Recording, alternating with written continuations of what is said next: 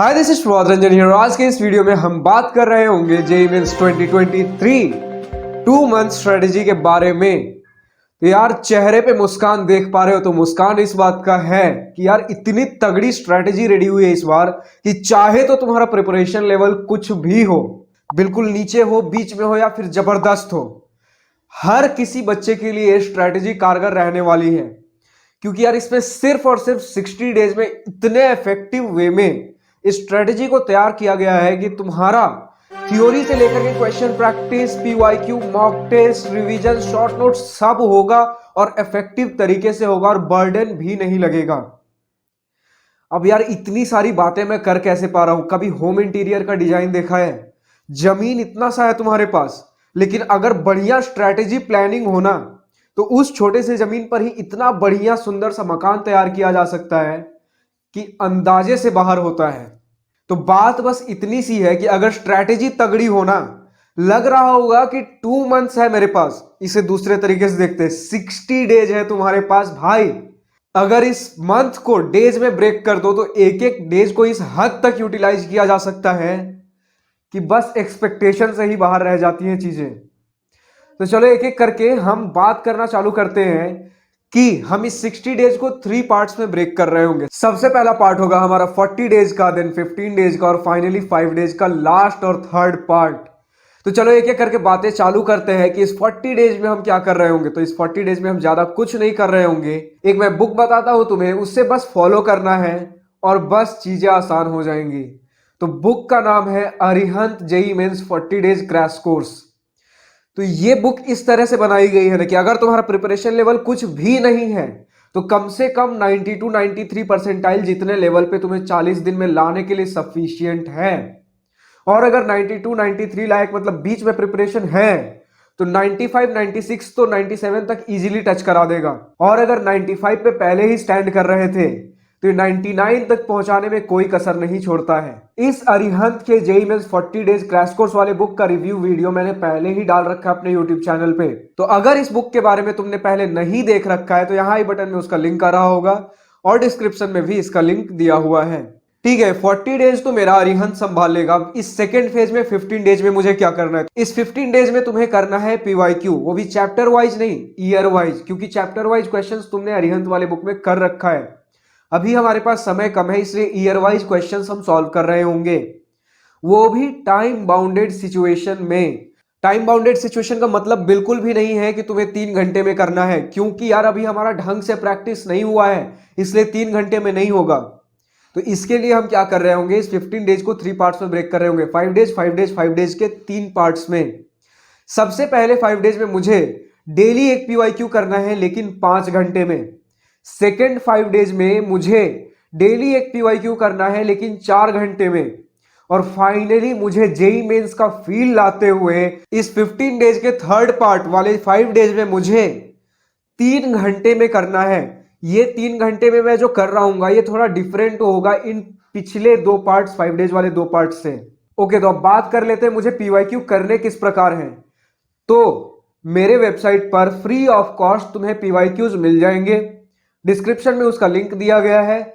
जा करके अपने पीवाईक्यू को डाउनलोड करो और डेली के एक पीवाईक्यू उठाओ।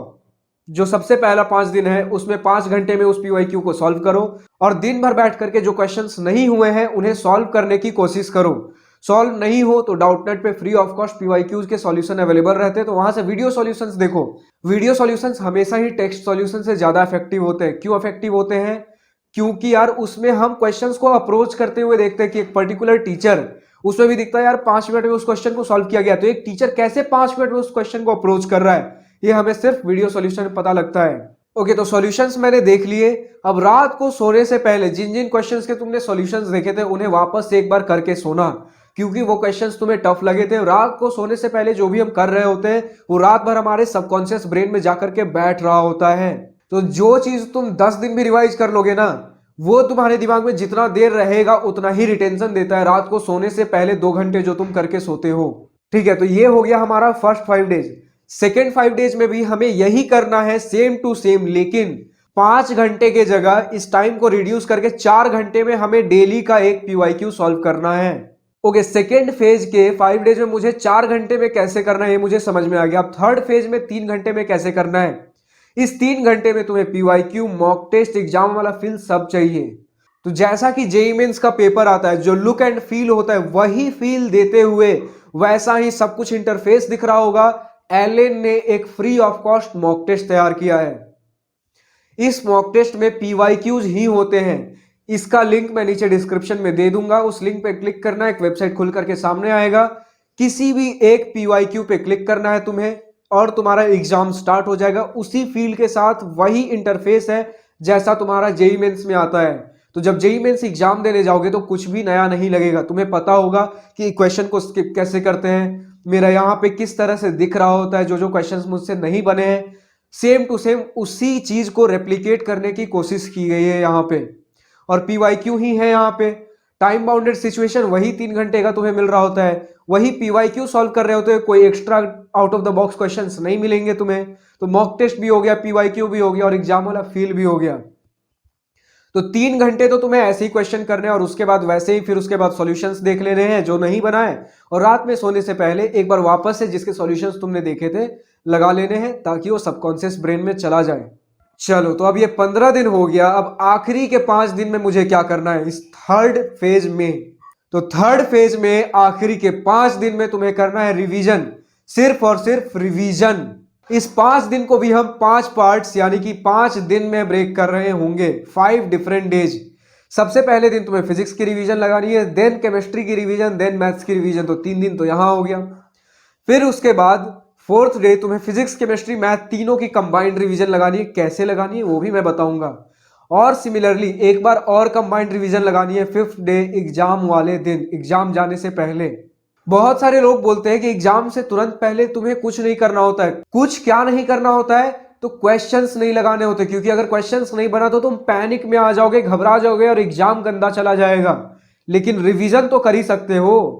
रिवीजन जो करके जाओगे ना, तो बहुत सारे क्वेश्चन फॉर्मूला बेस्ड होते हैं। जो रिवीजन तुरंत करते हैं ना वो दिमाग में रह जाता है तुरंत, कम से कम कुछ 1-2 दिन के लिए रह जाता है। जो डायरेक्ट फॉर्मूला बेस्ड क्वेश्चंस आएंगे वो तो तुरंत झटपट में बन जाएंगे, और बाकी जो समय बचेगा जहां पे दिमाग फोड़ना है वहां पे मैं समय इन्वेस्ट करूंगा। ओके, अब मुझे रिवीजन करना कैसे है। तो रिवीजन करने का सिर्फ और सिर्फ एक मटेरियल चाहिए तुम्हें। अगर अभी तक तुमने अपने शॉर्ट नोट्स बना रखे थे तो वो कर लो, और अगर तुमने अभी तक अपने शॉर्ट नोट्स नहीं बना रखे हैं तो मेरे वेबसाइट पे ही free of cost revision material provided है। फिजिक्स के 100 पेज, केमिस्ट्री के 100 पेज, मैथ्स के 100 पेज।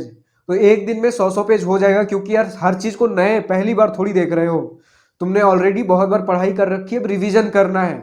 तो फर्स्ट डे फिजिक्स 100 पेज हो जाएगा, सेकेंड डे केमिस्ट्री 100 पेज हो जाएगा और थर्ड डे मैथ 100 पेज हो जाएगा। अब इतने बार कर चुके हो, उसी रिवीजन मटेरियल को तीनों सब्जेक्ट के कंबाइंड वे में मुझे फोर्थ डे में करने हैं।